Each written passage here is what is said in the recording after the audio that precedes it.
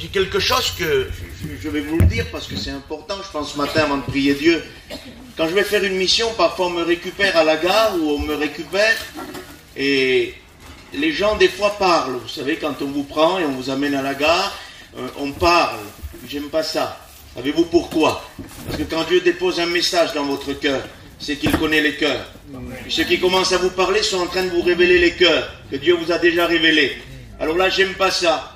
J'aime bien m'isoler tout de suite à l'hôtel, que personne ne me parle, afin que Dieu puisse me parler. Amen. Je refuse de prêcher quelque chose qui m'est déjà dit. Est-ce que vous comprenez ça? Et quand on commence à parler, qu'à parler, je change de conversation. J'essaye au maximum qu'on ne parle pas de la situation de l'Église. Est-ce que vous comprenez qu'il y a un Dieu dans les cieux? Est-ce que vous comprenez qu'il y a un Christ qui voit tout? Est-ce que vous saisissez que Dieu est vivant? Est-ce que vous saisissez que le serviteur de Dieu qui prêche, c'est Dieu qui vous parle? Est-ce que vous avez compris cela? Est-ce que vous croyez que Dieu est saint? Osias avait perdu ça. On a parlé hier de l'année de la mort du roi Osias et on va continuer avec ça, d'une année de délivrance, d'une année où la liberté peut venir, et d'une année où la sainteté peut être de nouveau respectée. Excusez-moi, par rapport à des hommes parfois, la sainteté de Dieu n'est plus respectée. Par rapport à des hommes, la vision de Dieu n'est plus respectée. Ésaïe dit, en Ésaïe 6, on va le relire ce matin de toute façon, il dit, j'ai vu Dieu dans l'année de la mort du roi Osias. Ceux qui embarrassent Dieu seront balayés. Ne soyez pas un embarras pour Dieu. Repentez-vous si vous êtes un embarras. Sinon Dieu vous balayera. Dieu vous mettra à la porte. Il y a quelques années de ça, j'étais jeune candidat, j'ai demandé à un frère ancien, si un homme empêche l'œuvre de Dieu, comment ça va se passer? Il m'a dit catégoriquement, un feu a sorti de sa bouche, Dieu le mettra à la porte, Dieu le balayera, Dieu s'en chargera. Vous comprenez ça? Et j'ai vu ça dans les quelques années que je sers Dieu. J'ai vu Dieu mettre des hommes à la porte. Et vu Dieu mettre des femmes à la porte parce qu'elles encombraient l'œuvre de Dieu et que Dieu fasse un tri. Amen. Voulez-vous que nous prions? Amen. On va demander à Elian s'il veut le faire. Il est là où il est là. Elian va prier pour nous tous ce matin. Béni soit Dieu. Nous disons merci pour ta grâce, ma main Seigneur, glorifié, Mère. Que tu nous honores de ta présence. Bénis-nous, glorifié dans ta présence, pour être à l'écoute de ta parole. Nous demandons ta grâce d'intervenir, de saisir ton messager, Seigneur notre Dieu. Au nom de Jésus. Je lis de nouveau ce que nous avons lu hier. Ésaïe 6, verset 1er. L'année de la mort du roi Osias, je vis le Seigneur assis sur un trône très élevé, et les pans de sa robe remplissaient le temple. Les séraphins se tenaient au-dessus de lui. Ils avaient chacun 6 ailes, 2 dont ils se couvraient la face, 2 dont ils se couvraient les pieds, et 2 dont ils se servaient pour voler. Ils criaient l'un à l'autre et disaient « Saint, Saint, Saint est l'Éternel des armées. Toute la terre est pleine de sa gloire. » Les portes bourgeèrent dans leurs fondements par la voix qui retentissait, et la maison se remplit de fumée. Alors je dis « Malheurs à moi, je suis perdu, car je suis un homme dont les lèvres sont impures. J'habite au milieu d'un peuple dont les lèvres sont impures. Et mes yeux ont vu le roi, l'Éternel des armées. Mais l'un des séraphins vola vers moi, tenant à la main une pierre ardente qu'il avait prise sur l'autel, avec des pincettes. Il en toucha ma bouche et dit, ceci a touché tes lèvres. Ton iniquité est enlevée, ton péché est expié. J'entendis la voix du Seigneur, disant, qui enverrai-je et qui marchera pour nous? Je répondis, me voici, envoie-moi. Et que Dieu soit béni. Amen. On a le temps de lire tout à l'heure, on lira. Il y a une nouvelle mission qui est confiée à Ésaïe. Je vous lis juste ça. Il dit alors, va et dis à ce peuple, vous entendrez et vous ne comprendrez point. Alors ça veut dire que nous sommes dans un temps où le temps aujourd'hui ressemble à celui du roi Osias dans sa fin. Parce que dans ses débuts, comme je vous ai dit hier, Dieu le fit prospéra. À un moment donné, son cœur s'éleva, et c'est la raison de sa perdition, c'est sa raison de sa fin dans la maison du lépreux, à cause que son cœur s'éleva. On parle depuis hier de l'orgueil, et ce matin, on repart dans la note. Il y a de l'orgueil qui subsiste dans les cœurs. Brisez cet orgueil qui aveugle l'homme. La Pas besoin de travailler avec l'orgueil, il a besoin de travailler avec l'humilité. Ce roi s'est perdu, pourtant il était prospère à cause de Dieu. On peut prospérer dans les mains de Dieu, mais quand l'orgueil est venu, l'orgueil nous enlève de la main de Dieu. Savez-vous que l'orgueil est ce qui a habité le cœur de Satan? Satan présidait à côté de Dieu là. Il présidait les anges, il était le directeur de la louange. À un moment donné, son cœur s'éleva, Dieu le chassa du ciel. L'orgueil de Satan, c'est l'orgueil qui vient dans les cœurs aujourd'hui. C'est le caractère de Satan. S'il a chassé Satan, l'ange qui était à côté de lui, son bras droit si vous voulez, parmi les anges, s'il l'a chassé du ciel, ne fera pas d'exception avec vous. Même qu'il vous aime, même qu'il m'aime, si vous travaillez avec l'orgueil, vous serez chassé hors du plan de travail. Vous ne pouvez pas travailler avec l'orgueil. L'orgueil est un caractère de diable, est la racine, si vous voulez, qui s'est formée dans le cœur du diable. Et aujourd'hui, le diable dépose la racine d'orgueil dans l'église. L'orgueil aveugle. Quand on est orgueilleux, on ne voit plus rien du tout. On voit que sa personne, on voit que son intérêt, on voit ce qu'on veut faire et on veut l'accomplir à tout prix. Hier, je vous ai dit, je vous le redis ce matin, il y en a qui sont prêts à tuer leurs frères spirituellement pour arriver à ce qu'il veut, pour arriver à sa fin. Il s'est fixé un objectif, il s'est fixé un but, et ce but-là, il faut qu'il l'atteigne. Quitte à faire tomber, quitte à blesser, quitte à tuer, c'est pas grave, pourvu qu'il arrive à être où il veut être. Ce sont des personnes qui travaillent avec l'enthousiasme. Ce n'est pas de l'onction, c'est de l'enthousiasme. L'onction et l'enthousiasme se ressemblent beaucoup. C'est un gel humain, c'est une émotion mélangée avec une décision, si vous préférez. Et quand on a nos sentiments qui se mélangent avec les décisions, on croit que c'est l'onction qui nous pousse. Et on est capable de faire de grandes choses. Et ce n'est pas l'onction de Dieu. Parce que l'onction de Dieu ne fera jamais de mal. L'onction de Dieu n'abattra jamais son frère et sa sœur. L'onction de Dieu relèvera son frère et sa sœur. Avec l'onction de Dieu, c'est les mains unies que nous avançons. Sans l'onction de Dieu, on lâche les mains et on abat tout le monde et on veut un but. Ce n'est pas un but que nous avons à remplir, c'est servir un Dieu. C'est sûr que Paul a dit, voici le but de la recommandation. Justement, le but de la recommandation, c'est un cœur pur, une bonne conscience. Travailler avec la sincérité, quelque chose d'exceptionnel qui manque aujourd'hui dans les derniers temps. Le roi Osias s'éleva, son orgueil l'a perdu, il finit dans la maison du lépreux. Garde ton orgueil, tu finiras dans la maison du lépreux. Tu ne pourras pas finir la course avec l'église de Dieu, tu ne pourras pas être béni en Dieu parce que tu ne verras pas la gloire et la présence de Dieu. Nous sommes dans le temps de la grâce. Excusez-moi, mais on doit sentir Dieu nous bénir. On doit sentir Dieu nous toucher. Et pourquoi pas avoir sa gloire? Jean était un homme de la même espèce que nous. Il a vu Jésus glorifié à Patmos. C'est un homme de prière, un homme de consécration, un homme qui s'est effacé, que Dieu a isolé à Patmos parce qu'il avait besoin de parler à son serviteur. Savez-vous pourquoi il l'a isolé à Patmos? J'aimerais vous le dire spirituellement ce matin. C'est parce que dans l'église où Jean s'occupait, il y avait un Diotrephe, si le nom est bon, qui empêchait tout le monde de prospérer. Parce qu'il était orgueilleux. Il ne voulait pas que les gens viennent dans l'église. Il voulait être le premier dans l'église. Et la parole de Dieu nous montre que Jean s'est isolé à un moment donné, poussé par le plan de Dieu, parce que Dieu avait à lui parler, est en train de lui révéler l'état des églises. Et c'est ce que nous voulons, que la révélation nous révèle l'état des églises. Amen. Ils disent que tout va bien quand tout va mal. Peuple de Dieu, soyons réalistes, ça ne va pas. Ça ne va pas.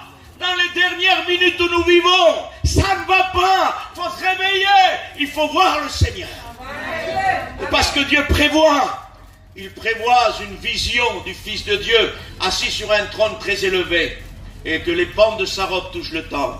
Ça veut dire que nous devons visionner le Seigneur. On doit le voir sur son trône dans le ciel et que son vêtement, sa robe puisse toucher l'église sur la robe. C'est-à-dire qu'il y a une relation. Je ne sais pas si vous comprenez cette image. Il est assis sur le trône dans le ciel, bien sûr, mais le pan de sa robe touche le temple. Nous sommes le temple du Saint-Esprit. Ça veut dire que le pan de sa robe, il y a une relation entre le temple qui est terrestre, ici l'église, et entre le temple céleste. Nous avons une relation. Il est sur son trône, mais son vêtement touche l'église. Et c'est ce que nous voulons. Si ton vêtement ne touche pas l'église, vous êtes religieux. Vous êtes sous la loi, je suis sous la loi. Et c'est ce que nous devons comprendre. Plusieurs églises sont revenues à la loi. Ils sont sous la loi, sous la rigueur de la loi. La grâce n'est pas présente parmi eux. Parce que quand il y a la grâce, il y a le Saint-Esprit. Et là où il y a le Saint-Esprit, il y a la liberté. On voit des églises de la loi. Ne fais pas ci, ne mange pas, ne goûte pas, ne mange pas. Si vous êtes mort, dit Paul, pourquoi nous impostons ces préceptes? Alors frère, on fait ce qu'on veut? Non. Quand vous êtes né de nouveau, quand vous vivez sous la grâce, le Saint-Esprit, à travers la puissance, parole de Dieu, vous enseigne ce que vous devez faire. La grâce de Dieu, source de salut, elle nous sauve. Et très bien.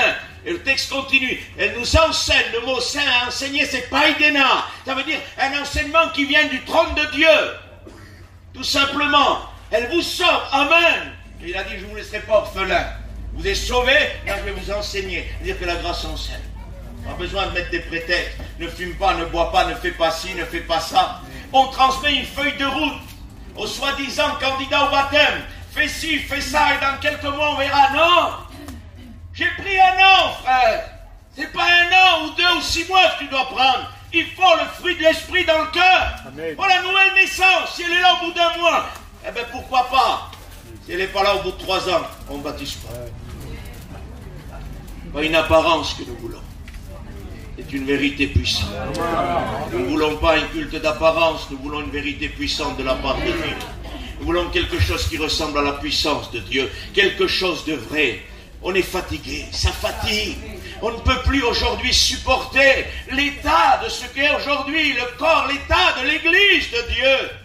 Si on ne peut pas supporter, nous qui sommes de pauvres pécheurs, que doit penser Dieu? Est-ce que vous êtes déjà mis à la place de Dieu? Ici, là, à la place d'Ésaïe 6, on se met à la place de Dieu. Pendant la vie du roi Osias, il n'y avait pas de relation avec le ciel. Pendant la vie du roi Osias, il n'y avait pas de respect envers la sainteté de Dieu. Parce que dès que l'amener de la mort du roi Osias est déclaré, je le vis le Seigneur. Frère, on doit voir le Seigneur. Il faut s'arrêter de voir une religion. Il faut s'arrêter de mettre un poids sur les chrétiens. Il faut s'arrêter de mettre un étau, de les étouffer. Faites-les vivre la grâce. Amen. Faites-les vivre l'onction. Laissez-vous toucher par l'onction. Et nos églises seront bénies. Feront ce qu'elles veulent. Non. Non, non, non. Elles auront une décision ferme. Elles diront, nous allons travailler pour Dieu. Parce que l'onction nous pousse à travailler pour Dieu. Que vous comprenez. Ça ne sert à rien de tenir quelqu'un dans un étau s'il n'est pas né de nouveau. Dès que vous lâcherez l'étau, il repart dans le bourbier du péché. Vous pouvez, excusez-moi, vous pouvez laver un cochon. Il ira se mettre dans la boue. Excusez-moi l'expression. Vous pouvez le laver tant que vous voulez. Lui mettre un foulard rouge, un nœud, ce que vous voulez. Dès que vous le relâchez, il va dans le bourbier du péché. Par contre, un agneau, même si vous le mettez dans la boue, il sortira de la boue. Et c'est ce que nous voulons être. Des agneaux. Des brebis qui sont passées par le sang de l'agneau, qui ont été purifiées, qui ont été transformées, qui n'aiment pas le péché, qui n'aiment pas l'orgueil, qui n'aiment pas le caractère du monde. C'est dans le monde qu'on court pour les tâches. C'est dans le monde qu'on veut être le plus fort. Dans l'église de Dieu, on ne veut pas être le plus fort. On veut être ce que Dieu nous a donné à être. On n'est pas plus fort dans l'église. Non, je ne suis pas plus fort que mes frères, vous n'êtes pas plus fort que vos frères. Les sœurs, vous n'êtes pas plus fortes que vos sœurs. Vous êtes pareils, vous êtes des enfants de Dieu. Vous devez servir Dieu dans cette optique de travail. Comme aujourd'hui, dans un esprit de compétition. Excusez-moi d'utiliser ces mots-là, mais c'est ces mots qui vivent dans l'église aujourd'hui.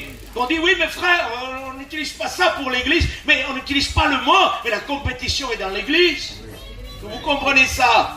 L'esprit de compétition à celui qui témoigne mieux, à celui qui chante mieux, à celui qui prêche mieux. Une catastrophe. Une catastrophe. C'est pas celui qui chante mieux, celui qui prêche mieux, non. C'est celui que Dieu a donné le mot pour qu'il nous le donne. Amen. Et s'il doit prêcher pendant 10 ans, qu'il prêche, mais qu'il ait le mot de Dieu. Amen. Où est l'homme, dit la Bible, à qui la bouche de l'Éternel a parlé, que nous l'écoutions? Est-ce que nous voulons tout simplement des hommes de Dieu qui n'ont pas seulement une instruction biblique, qui sont un message venu du Père? Ne pas seulement faire un message, parce qu'avec l'ordinateur vous pouvez faire un message aujourd'hui. Ce que nous voulons, c'est le mot du Père. J'aimerais vous dire ça. Et si je pourrais ce matin, par la grâce de Dieu, détruire ce qui est en train de s'installer, que Dieu le fasse. Jamais Dieu passera par un ordinateur Dieu passera jamais par un téléphone pour te donner le message. Il passera toujours par l'Esprit de Dieu. Amen. Ça viendra du trône à ton cœur et jamais du trône à l'ordinateur et l'ordinateur à toi. Jamais de la vie. Église de Dieu, vous ne prospérerez jamais avec l'évolution du monde. Ne vous soyez pas renouvelés par le monde. Ne soyez pas transformés, non. Transformés envers la grâce. C'est ce que la Bible dit. Ne vous conformez pas au siècle présent, mais soyez renouvelés par l'onction. Amen. C'est ça que nous voulons. Vous croyez que les réseaux sociaux peuvent vous amener quelque chose? Pas du tout. Les réseaux sociaux vont détruire votre vie. Ils en ont déjà détruit des chrétiens, les réseaux sociaux. C'est pas vrai? C'est pas de la révélation, ça. C'est relever, faire un inventaire. C'est ce que mes yeux ont vu. C'est ce que vos yeux ont vu. On ne joue pas à dire que c'est de la révélation. Non. J'ai vu ça. Des chrétiens détruits par Facebook et compagnie. Et on veut que les autres chrétiens se réveillent. Et qu'ils enlèvent ça. Non. On continue. Et on essaye d'exhorter celui qui est tombé toujours sur le même instrument qui l'a fait tomber. Envoie-lui un message sur Facebook. Tu es à l'étranger l'autre jour. Vous ne pouvez pas vous imaginer. Dans des lieux retirés de Roumanie, qui sont très anciens, ils ont 30 ans d'ancienneté sur nous. Ils ont Facebook à la maison des enfants de 10 ans. Un serviteur de Dieu m'a demandé, donne-moi ton compte Facebook, comme ça on va pouvoir s'échanger des choses. Et on va se régaler. Ça m'étonnerait que je me régale avec toi, je n'ai pas Facebook. Et pourquoi tu n'as pas Facebook? Écoutez, il y avait beaucoup de serviteurs à table, ils avaient Facebook, je ne pouvais pas faire autrement, je ne peux pas mentir, excusez-moi. J'ai dit parce qu'un serviteur de Dieu n'a pas besoin de Facebook. Un serviteur de Dieu a besoin de courber le genou, a besoin de vivre sous l'onction, a besoin d'un ministère rempli de l'onction et sûrement pas de Facebook. Mais j'ai Facebook, alors enlève-le et mets-toi à genoux. Ah, mais le monde entier peut voir l'œuvre de Dieu. Jésus n'avait pas ça. Et la Bible dit, si on aurait dû noter tous ces miracles qu'il a fait, les livres du monde entier n'auraient pas suffi. Pour noter nos 2-3 miracles par an, tu avais besoin de Facebook? Non, une seule feuille suffit. Pour noter nos 2-3 conversions, nos 2-3 baptêmes du Saint-Esprit par an, une feuille suffit. Est-ce que vous comprenez? Mais aujourd'hui, Facebook est un, si vous voulez, un fil conducteur pour l'orgueil. Parce que chacun veut montrer ce qu'il sait faire. Et sur Facebook, on met ça pour que les gens soient touchés. C'est faux. C'est pour nous enorgueillir. Frère, tu es sur Facebook. Je ne me suis jamais mis sur Facebook. Je ne me suis jamais mis sur Facebook. J'ai jamais demandé qu'on me mette sur Internet. Les gens l'ont fait à mon insu. J'ai jamais rien demandé. On m'a jamais rien demandé. Est-ce que vous comprenez ça? J'aimerais vous dire quelque chose. Il y en a qui disent, oui, mais tu te fais au moins une publicité. Pas besoin de publicité. La parole de Dieu nous dit que Jésus, rempli du Saint-Esprit, sa renommée se répandait de plus en plus dans le pays. C'est cette publicité que j'ai besoin. Amen. Vous dites, c'est ça qu'on a besoin. Cette publicité-là, pour le Saint-Esprit se débrouille pour vous mettre en relation avec une église que vous ne connaissez pas. Je n'avais jamais vu personne. Vous ne connaissez pas le frère. Votre téléphone sonne et dit, frère, j'aimerais te voir, j'aimerais que tu me fasses un jour de mission, de réunion, ce que tu veux. Il a fait. Le Saint-Esprit travaille. Le Saint-Esprit bénit. Et quand on se fait de la publicité, on se trouve là où on ne doit pas être. C'est ça. On se trouve là où on ne doit pas être. Et le ministère et la vie chrétienne ne se manifestent pas si vous n'êtes pas là où vous devez être. Est-ce que j'ai la liberté parmi vous?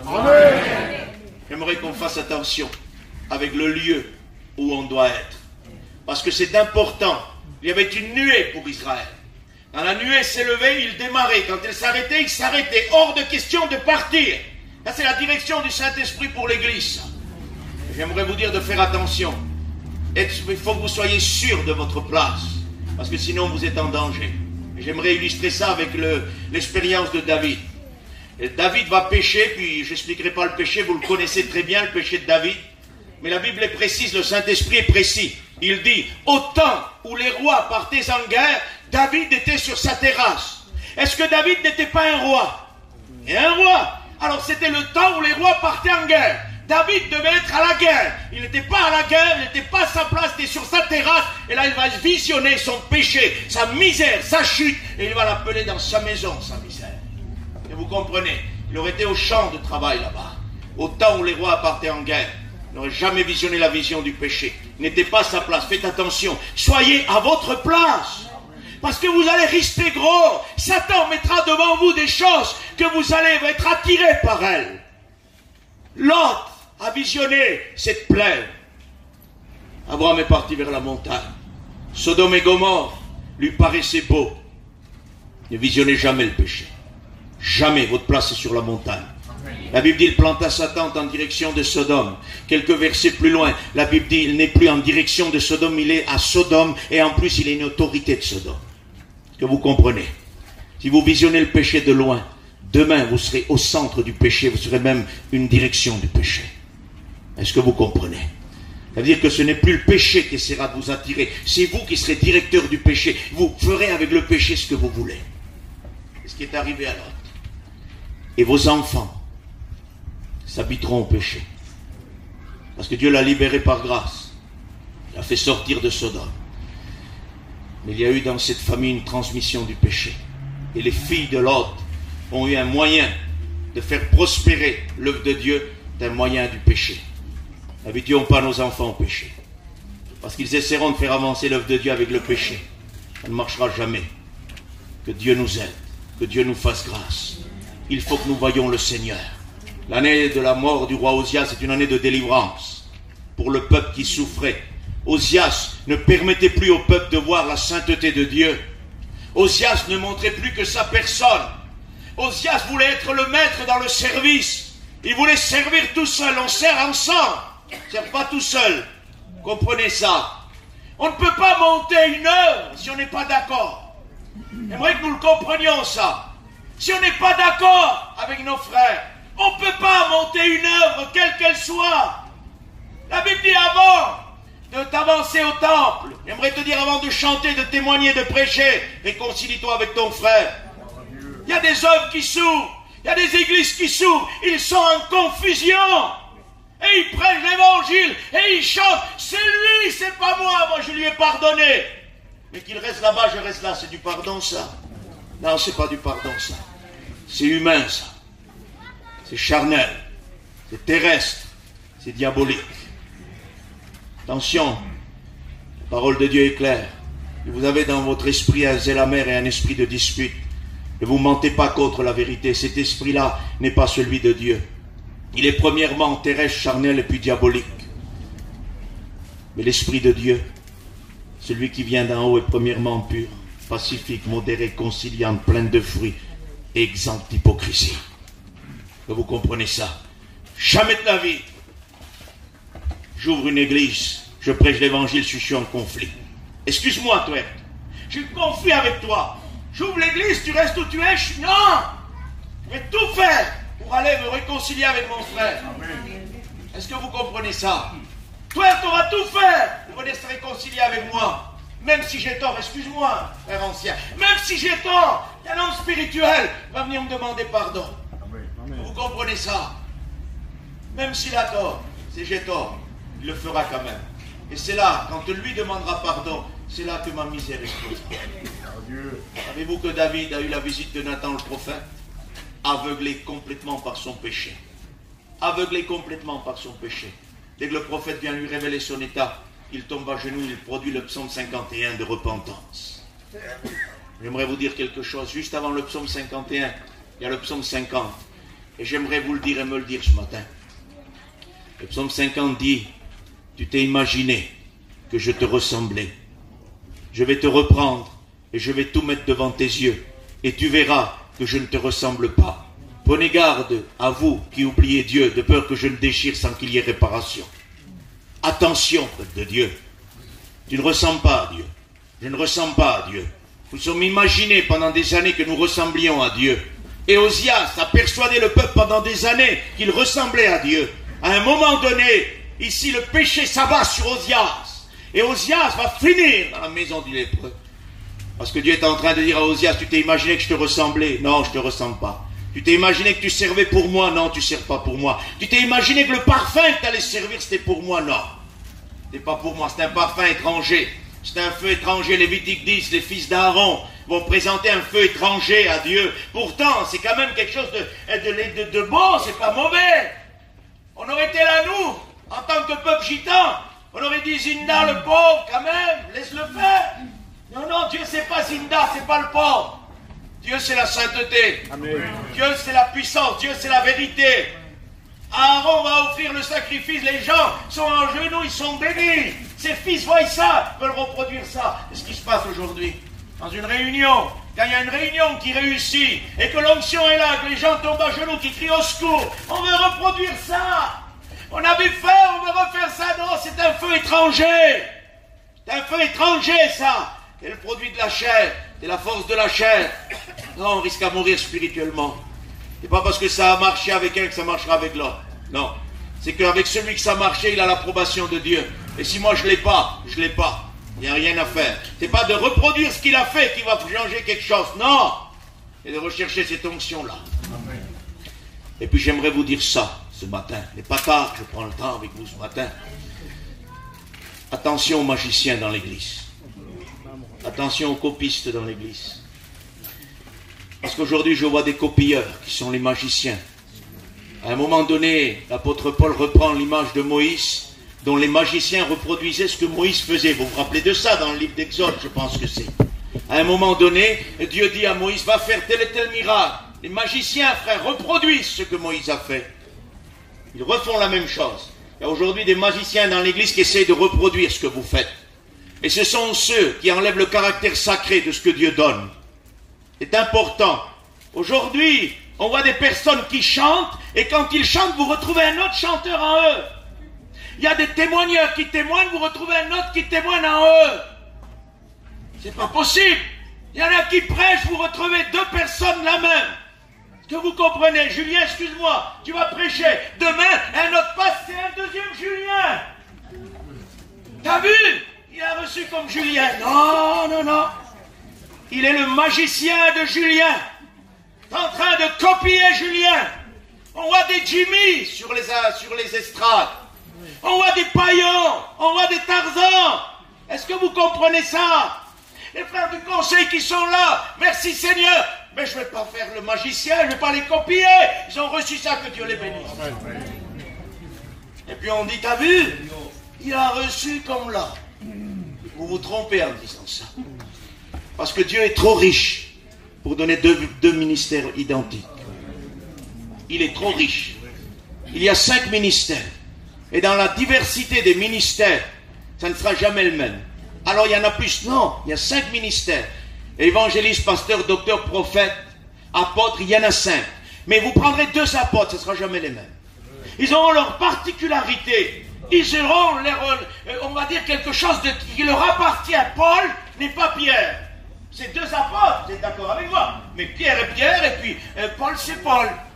D'ailleurs, à un moment donné, même Paul dit, vous avez vu comment, Pierre dit de Paul, vous avez vu comment il a reçu.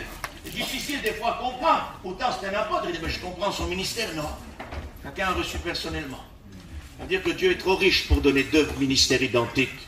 Vous écoutez quelqu'un, on dit, ah mais tiens, celui-là, t'as vu, il ressemble à telle personne. Il a reçu pareil, vous vous trompez. Il est en train de copier. Alors qui c'est qui copie? Qui copie? C'est là qu'il faut analyser, qu'il faut discerner. Parce que des fois on dit, oui mais d'accord, excuse-moi Julien, excuse-moi, mais c'est peut-être Julien qui copie fait. Est-ce que vous comprenez ça? Parce que Julien a prêché, moi je le reproduis demain. Vous savez plus qui copie là. Est-ce que vous voulez la solution? Vous regardez celui qui arrive le premier. Julien est arrivé avant moi. Donc c'est moi qui copie Julien.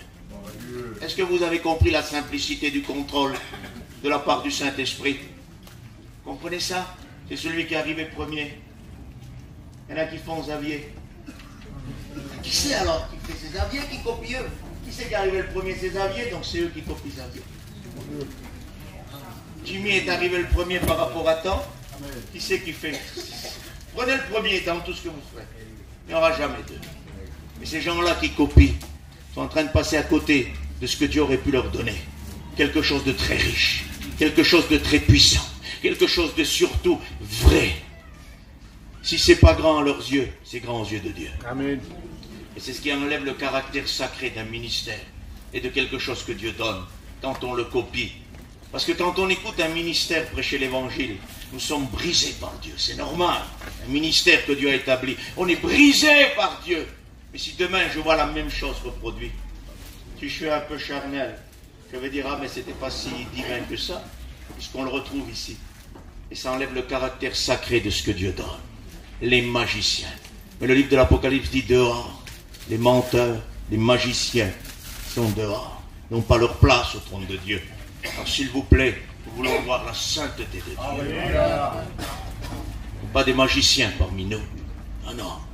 On ne même pas du théâtre. Nous voulons Jésus. C'est tout ce qu'il faut. Jésus. Pas de scène théâtrale. On n'est pas là pour faire du théâtre. On ne se prépare pas pour vous faire une scène de théâtre. On est là pour transmettre ce que Dieu nous demande de le faire. Et on fait comme Paul, on le fait avec crainte et tremblement parce que c'est trop grand. C'est trop puissant. Mais on se débrouille à le faire. Voilà. Et quand vous chantez, vous ne vous préparez pas à faire du théâtre. Chantez simplement. Ouvrez votre cœur au lieu que votre bouche. Votre cœur. Et puis on va en arriver là. Vous me donnez quelques minutes, on va en arriver là. C'est votre cœur qu'il faut qu'il soit touché. Parce que la bouche, si vous préférez, la langue, dira Jacques, est un feu qui embrasse toute une forêt. Les grands bateaux, les paquebots, sont dirigés, dit Jacques, par un petit gouvernail. Si vous prenez son poids par rapport au paquebot, c'est insignifiant. Vous prenez la langue dans le corps de l'homme, c'est rien du tout. Elle dirige tout le corps, dit Jacques. Si tu ne peux pas dompter ta langue, tu ne pourras pas dompter ton corps. Et la langue fait beaucoup de dégâts. Aucun homme n'a pu dompter la langue. C'est ce que la Bible dit. Vous êtes d'accord avec moi? J'aimerais vous dire quelque chose. Aucun homme n'a pu dompter la langue. Mais Christ, l'homme divin, a dompté la langue du chrétien. Et de quelle manière? Et là, nous allons rentrer dans ça ce matin. Parce qu'ici, il est dit, on en parlait avec un frère hier, ici, il est dit qu'il va toucher les lèvres d'Isaïe avec un charbon ardent, avec du feu qu'il prend de l'autel. Chapitre 8, je crois, du livre de l'Apocalypse, nous dit qu'il y a un ange qui est sacrifice et sacrificateur à la fois. Ça ne peut être que Jésus, ça. Qui s'est offert en sacrifice et qui est sacrificateur pour toujours. Ça ne peut être que lui, ça. Et c'est sur cet autel-là qu'il va prendre ce feu-là et qui va toucher les lèvres d'Ésaïe. Et c'est ce que nous voulons. Parce que la langue, personne ne l'a domptée. Jésus-Christ l'a domptée par le baptême du Saint-Esprit. Il nous a donné la glossolalie, nous a donné le parler en langue. Et là, cette langue-là ne peut plus se diriger, elle ne peut plus maudire, elle ne peut plus calomnier car nous sommes sous l'onction. Elle est prise par Jésus, elle est sous la direction du Saint-Esprit. Elle produit la glossolalie, le parler en langue. Elle dit quoi? Des merveilles à Dieu. Qu'est-ce que la Bible dit? Et c'est ce que Isaïe va trouver ici, pendant la vie du roi Osias. Pendant la vie de l'orgueil, pendant la vie du service personnel du moi, il n'y a plus d'onction particulière. Il n'y a plus ces parler en langue qui disent des merveilles à Dieu. Plus personne ne parlait en langue. Il n'y avait qu'Osias, et qu'Osias, et qu'Osias, et rien d'autre qu'Osias. Il y a des hommes que nous écoutons que leur nom, que leur nom, que leur nom, et vous n'écoutez plus le nom de Jésus. On a besoin du nom de Jésus. On a besoin qu'un baptême purificateur de feu puissant du ciel revienne et touche nos lèvres. J'ai besoin de ça ce matin. Que Dieu vienne, qu'il prenne de cet autel, du sacrifice de la croix, qui a eu l'effusion ici, là, de la grâce. Et par suite, il y aura des effusions du Saint-Esprit. Qu'il prenne de là, du feu de l'autel de Dieu, et qu'il touche mes lèvres ce matin. Qu'il touche mes lèvres. Pendant la vie du roi Osias, il n'y avait plus de parler en langue. Pendant la vie que nous venons aujourd'hui, il y a très peu de parler en langue. Quelques parler en langue, temps en temps. Une prophétie, temps en temps. Et puis c'est tout ce que nous voyons. On ne veut pas du temps en temps. Nous voulons être renouvelés continuellement. Moïse devant le buisson de feu. Qu'est-ce qui s'est passé? Le buisson se brûlait mais ne se consumait pas. Une vie permanente et constante dans le Saint-Esprit. Renouvelée constamment. Nous vivons un temps au baptême du Saint-Esprit aujourd'hui. Il y en a, écoutez, c'est catastrophique. J'ai écouté ça il n'y a pas longtemps. J'ai écouté que dans des églises, il y a des chrétiens qui depuis 20 ans n'ont pas connu encore le baptême du Saint-Esprit. Une catastrophe. On ne peut pas continuer comme ça, peuple de Dieu. Celui qui n'est pas baptisé du Saint-Esprit doit courber le genou doit courber le genou, il doit crier au secours. Ta promesse, je l'attends. Joël l'a prophétisé, acte 2 l'accomplit. Et Jésus a dit, je vous l'enverrai. Alors il doit venir. Que vous comprenez ça. Mais quand il y a un Osias ferme tout. L'orgueil ferme tout. On n'a même plus besoin du baptême de l'esprit. On est capable de prêcher, on est capable de chanter, on est capable de témoigner. Alors pourquoi s'embarrasser avec des parler en langue dans l'église? Parce que Jésus a dit, ne bougez pas de Jérusalem avant d'être revêtu de la puissance qui vient d'en haut. C'est un ordre formel. Un chrétien parle en langue.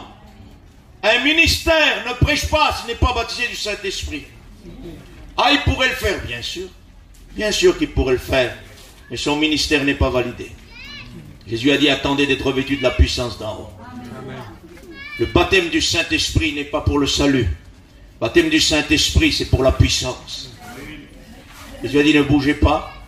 Et ça, vous savez, je pense que vous le savez, il n'y a pas de souci, mais on redit les choses, sont bonnes, sont salutaires. Le baptême du Saint-Esprit, c'est l'ouverture aux dons spirituels. Donc si on n'est pas baptisé du Saint-Esprit, on ne peut pas avoir des dons. Donc on a besoin d'être baptisé du Saint-Esprit. Attention, nos églises arrivent aujourd'hui dans une certaine religion. Il y a des personnes que quand les gens parlent en langue, on les arrête. On prend le micro, on dit chut. Débordement, non, pas du tout. Mais Paul a dit que 2 ou 3 prophétisent. Lisez la Bible, s'il vous plaît. Ne la traduisez pas selon votre esprit, lisez-la. Apôtre Paul dit que 2 ou 3 prophétisent, que les autres se taisent. Il dit, Paul l'a dit, 2 ou 3, puis chut. Non. Paul a dit que 2 ou 3 prophétisent. C'est dans l'exercice du don spirituel qu'on n'est pas déréglé. C'est vrai, 2 ou 3. Pourquoi il dit 2 ou 3? Parce que ce n'est pas obligatoirement 3 qu'on va avoir. Ce n'est pas obligatoirement 2. Mais Paul a voulu nous dire qu'il faut discerner toutes choses. Et que des fois, à la deuxième, il faut arrêter la troisième. Et que parfois, à la deuxième, il faut laisser faire la troisième. Mais après ça, dans la sagesse de Dieu, on n'en veut pas plus. Eh oui, mais Paul a dit ça, d'accord, mais lisons la Bible. Dans l'exercice du don spirituel. Parce que dans la chambre haute, quand les 120 étaient réunis, ce n'est pas 3 qui ont parlé en langue. C'est les 120 qui ont été visités par le Saint-Esprit. Comment se fait-il aujourd'hui qu'on ne veut pas que les églises soient visitées par le Saint-Esprit? On est devenu religieux par-dessus tout. Notre orgueil nous a aveuglés. Notre orgueil a pris la place de Jésus. Nous voulons que Osias aujourd'hui, cette année de la mort du roi Osias, nous brise. Cette année de délivrance, où nous allons de nouveau parler en langue, où de nouveau le Saint-Esprit va jaillir de notre cœur. Que c'est bon quand vous parlez en langue. Parfois vous priez 1 heure. Vous n'en sortez pas. Vous priez 3 minutes en langue et là, tout se délie. Amen. Parfois, vous avez une solution à rétablir. Vous allez dans votre chambre, vous pleurez. Seigneur, c'est fini, j'ai un malade, j'ai ci, j'ai ça, on n'en sortira pas. Et vous pleurez parce que vous n'en sortez pas. Il a le don du Saint-Esprit, la glossolalie prend le relais. Vous priez 5 minutes et la solution arrive. Seigneur, c'est toi qui peux bénir, c'est toi qui peux guérir. Vous sortez de la chambre, le téléphone sonne. Nous avons une bonne nouvelle. Vos 3 minutes de parler en langue ont résolu l'affaire. Parce que c'est plus votre intelligence, c'est le don céleste de Dieu. Qu'au temps d'Osias, il n'avait plus ça. Ésaïe a vu de nouveau revenir le baptême du Saint-Esprit. Une vie d'onction. Il est temps que l'année de la mort du roi Osias apparaisse. Notre Dieu, il faut qu'on le voie. J'ai vu le Seigneur, dit Osias. Je veux voir le Seigneur. Excusez-moi, je suis fatigué du système religieux. Je suis fatigué du système des étaux. Je veux voir le Seigneur. C'est ce qui m'intéresse. Je veux être touché de son onction. Je veux que les chrétiens soient bénis par l'onction. Je veux que nos enfants de Dieu soient bénis par l'onction. Il y a quelque chose qui me fait mal. Quand je vois des chrétiens qui souffrent et qui s'en sortent pas. Ils n'y arrivent pas. Ils sont là étouffés. Es-tu baptisé du Saint-Esprit? Non, mon frère, j'essaie depuis des années, je ne suis pas. C'est l'enseignement pendant tant d'années qui nous permet des fois de ne pas le recevoir. Recherchez-le par-dessus tout. Vous devez naître de nouveau par la croix. Quand vous êtes né de nouveau, vous passez par les eaux du baptême, merci Seigneur. Et après, vous devez rechercher le baptême du Saint-Esprit. Et après, votre vie s'ouvre en Dieu. Le baptême du Saint-Esprit ne vous sauve pas, vous êtes sauvés par la croix. Ce n'est pas le baptême du Saint-Esprit qui sauve, c'est la croix. Et vous en avez besoin, j'en ai besoin. Il dit, il prit du feu et toucha mes lèvres avec ce feu du Saint-Esprit. Nous avons besoin de chanteurs dont Dieu touche leurs lèvres. Permettez la liberté ce matin. Amen. On est fatigué des ténors. Comment ça, frère? Oui, fatigué des ténors de chair. Non pas des ténors qui chantent sous l'onction. Tout à fait différent.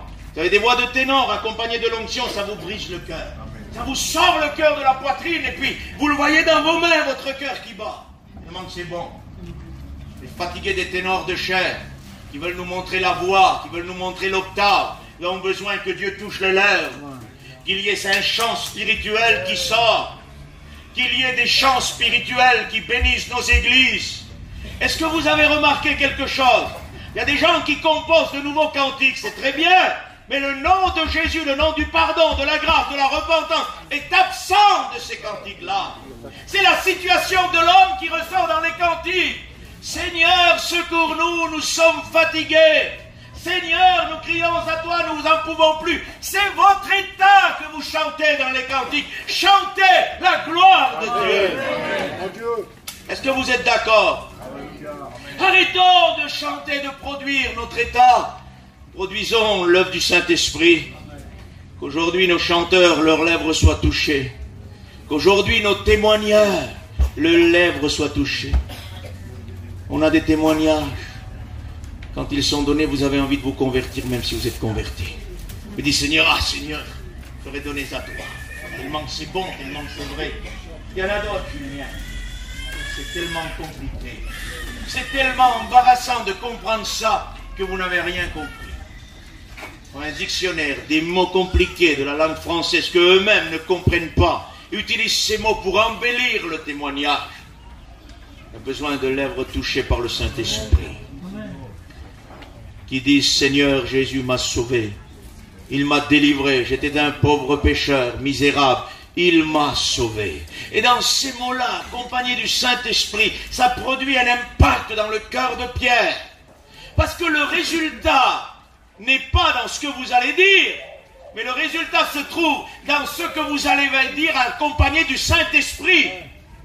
Frère Jimmy aux écoles nous avait dit, il vaut mieux que vous dites 2 mots sous l'onction que 30 000 mots sans l'onction de Dieu. Ça ne servira à rien, c'est vrai.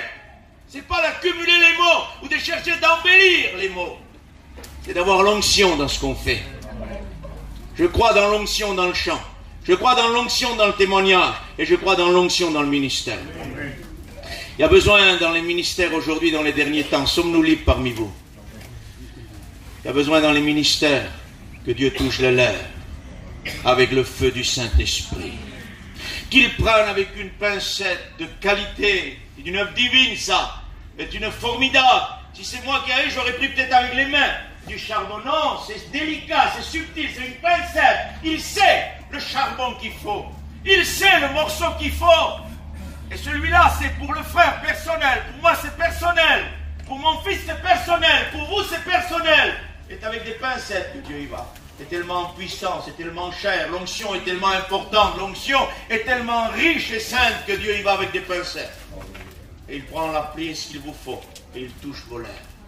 Le ministère, dans les derniers temps, a besoin d'être touché par le feu du Saint-Esprit. Que les lèvres des ministères soient brisées par l'onction de Dieu.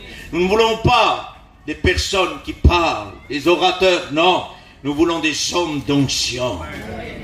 Dans les derniers temps, dit Paul, les hommes seront fanfarons.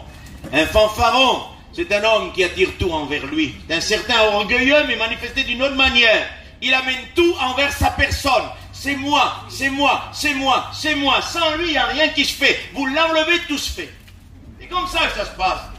Il croit que s'il n'est pas là, il n'y a rien qui se fait. Mais en général, c'est quand vous l'enlevez que tout marche. Savez-vous comment on peut arriver à arrêter un cours d'eau? En y mettant un bout de bois. Vous arrêtez le cours d'eau. Il y en a qui sont des morceaux de bois et qui sont en train de fermer l'accès de l'onction. C'est des bouts de bois. Ça, ma grand-mère me le disait, fais attention. Elle n'était pas chrétienne, hein. C'est des choses qu'il disait chez nous. Et attention, il y en a qui bougent l'accès de l'eau. C'est vrai. Aujourd'hui, dans l'église, il y en a que c'est des morceaux de bois. Ils se mettent à l'entrée où arrive le fleuve et ils bougent tout. Vous les enlevez, le fleuve peut de nouveau recouler. Et les gens peuvent de nouveau vivre devant l'onction de l'Apocalypse 22.1, de là où du trône de Dieu coule l'onction de la vie. Il y en a qui se sont mis au trône, là, ils ont bouché tout, là. Ils bougent tout, il n'y a plus rien, il n'y a plus de bénédiction, il n'y a plus rien du tout. Il faut que le ministère soit imprégné de l'onction de Dieu. Il faut que ça coule. Il faut que ça coule.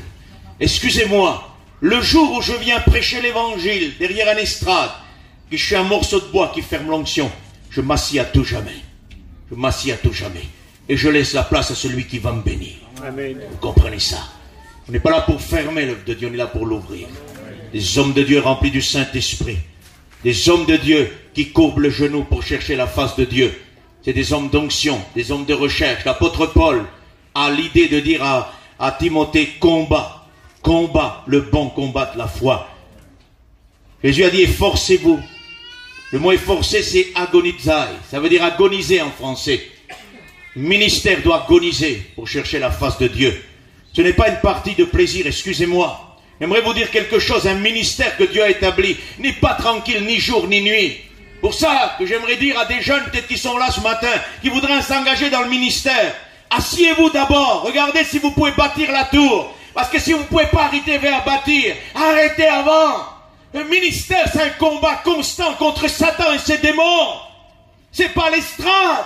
Les jeunes s'engagent, ils voient l'estrade devant leurs yeux. Ils voient le chant, la prédication. Ils voient la mission. Non, voient Satan et ses démons qui vont jour et nuit te faire la guerre. Quand on est dans le ministère, on n'a plus le droit de travailler tranquillement. On n'a plus le droit de faire quelque chose tranquillement. Dès que vous vous arrêtez de prier, les démons vous tiennent et puis ils sont là. Ils veulent vous détruire. Un ministère n'a pas de repos.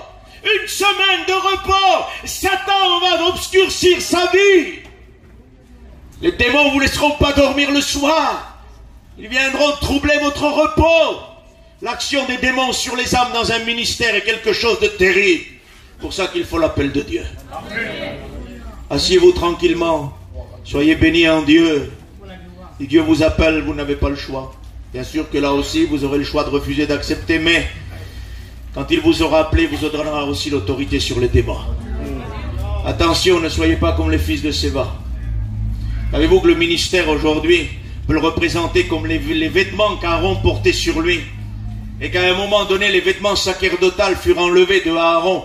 Dès qu'on lui enlevait le vêtement, il mourut. C'est-à-dire que le ministère vous revêt. Vous avez une vie dans le ministère. L'homme du ministère a une vie dans le ministère. N'oubliez pas quelque chose, j'aimerais vous le dire. Les 7 fils de Séva ont pris les paroles de Paul. C'est des magiciens, ceux-là. Ce que je vous disais tout à l'heure. Ils l'ont dit peut-être mieux que Paul. Peut-être d'une façon artistique. Nous te chassons au nom de Jésus, celui que Paul sert. Est-ce que vous comprenez? Dit, nous savons qui est Paul, nous connaissons Jésus, mais toi nous ne te connaissons pas. Ils sont partis, excusez-moi l'expression, dévêtus. Ils ont perdu même les vêtements sacerdotaux, ils ont tout perdu. Restez tranquillement assis, si vous n'avez pas d'appel de Dieu. Parce que le diable vous mettra nu rapidement. Il vous détruira. Parce que ce n'est pas un message qu'il faut avoir. C'est un ministère donné de Dieu. Parce que l'onction qu'a reçu un ministère n'est pas l'onction qu'a reçu le chrétien. Ce qui vous différenciera, dit le livre des Lévitiques, par rapport au sacrificateur, la supériorité du sacrificateur par rapport au peuple sera l'onction qu'il a reçue. C'est tout. Ça ne vous élève pas par rapport au peuple. C'est l'onction qui est différente. L'onction du ministère est une onction particulière qui écrase Satan.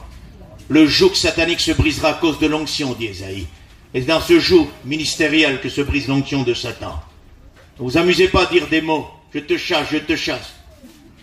On ne chasse rien du tout s'il n'y a pas l'onction. Aujourd'hui, on n'entend que ça. C'est la course à la chasse. On chasse, on chasse. Il y en a qui chassent des esprits qui n'existent même pas dans matière de démonologie. Ça n'existe même pas. Ils fabriquent des esprits qu'ils chassent. Vaut mieux, parce que s'ils chassent un véritable qui existe, ils sont détruits. Vaut mieux en fabriquer un et faire semblant de le chasser. Vous savez, c'est pas un jeu quand on chasse un esprit, je vous assure, les frères sont là, anciens le savent. Ce n'est pas un jeu de chasser des esprits. Non. Quand vous chassez un esprit, laissez-moi vous dire qu'il y a un très grand combat contre Satan et ses démons. Vous voyez Satan en pleine face et vous devez lui faire face. Et c'est pas vous. Il n'a pas peur de moi, il n'a pas peur de toi, excuse-moi. Il a peur de Jésus. Amen. Celui qui l'a écrasé, il n'a jamais pu oublier sa défaite. C'est de ça qu'il a peur. Alors si vous allez le détruire, sans Jésus, vous êtes détruit. On a besoin que nos lèvres soient de nouveau touchées. On a besoin des ministères d'onction renouvelés. Mais tant qu'il y a l'année du roi Osias, ces onctions particulières ne peuvent pas venir. Ces onctions particulières dans le chant, dans la prédication, dans le témoignage, cette visite d'onction dans l'église, ce réveil ecclésiologique ne peut pas venir tant que l'année du roi Osias subsiste. Et pour cela que ce matin, j'aimerais te dire, brise l'année du roi Osias. Débarrasse-toi de ce poids, de cet empêchement, parce que l'année du roi Osias, il faut qu'elle soit brisée. Terminée. Je relis ça et je vous laisse tranquille, on prie le Seigneur. Il toucha ma bouche et dit, ceci a touché tes lèvres, ton iniquité est enlevée. Merci Seigneur, parce que la grâce de Dieu enlève mon péché. Ton iniquité est enlevée, ton péché est expié. Il n'y a plus rien à faire. Il n'y a plus à faire entre le péché et moi. Je suis sauvé, je suis né de nouveau. Il y a une mission nouvelle, il y a un renouveau. Dans les quelques minutes, quelques secondes, quelques années peut-être qu'il reste, on ne sait pas combien il reste. Mais il y a un renouveau. Il dit, j'entendis la voix du Seigneur qui dit, qui enverrai-je et qui marchera pour nous? J'aimerais écouter Dieu ce matin. J'aimerais écouter Dieu me dire ça personnellement, les frères, les sœurs. Dieu me demande ici, qui enverrai-je et qui marchera pour produire un réveil, pour produire ce que Isaïe a vu, pour que le Seigneur puisse de nouveau vu, pour que l'onction peut renouveler, pour que l'onction soit dans les ministères, dans les chants, dans les témoignages. Qui enverrai-je? Qui marchera? J'aimerais dire au Seigneur, me voici, envoie-moi. Envoie-moi. Et le Seigneur dit, alors va et dis à ce peuple, vous entendrez et vous ne comprendrez pas. C'est l'état d'aujourd'hui. Les gens écoutent, ils ne comprennent pas. Les gens entendent, ils restent insensibles. Ils ne sont plus touchés dans les réunions. C'est pas vrai les frères? Ils ne sont plus touchés. Jésus en personne peut venir prêcher. Ils ne sont plus touchés. Ils sont insensibles. Va, révèle-leur leur état. Va, révèle l'état. Il faut nettoyer. Et il dit ici, je lis pas tout, je lis ce qui m'intéresse, je prie. Et là, il demande jusqu'à... Je dis, Seigneur, jusqu'à quand? Il répondit, jusqu'à ce que les villes soient dévastées, privées d'habitants. Ça veut dire jusqu'à ce que les Osias soient brisés. Jusqu'à ce que l'année de l'oppression soit brisée.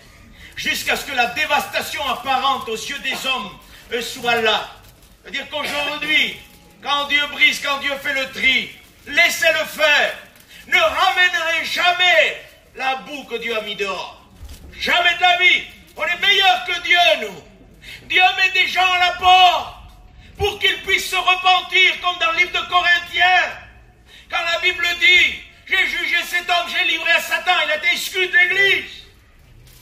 Aujourd'hui, nous, on est meilleurs que Paul, meilleurs que Jésus. On aurait été, 10 minutes après, on aurait pris par l'épaule. Vas-y, va pas te fâcher. Reviens. Laisse-le se fâcher.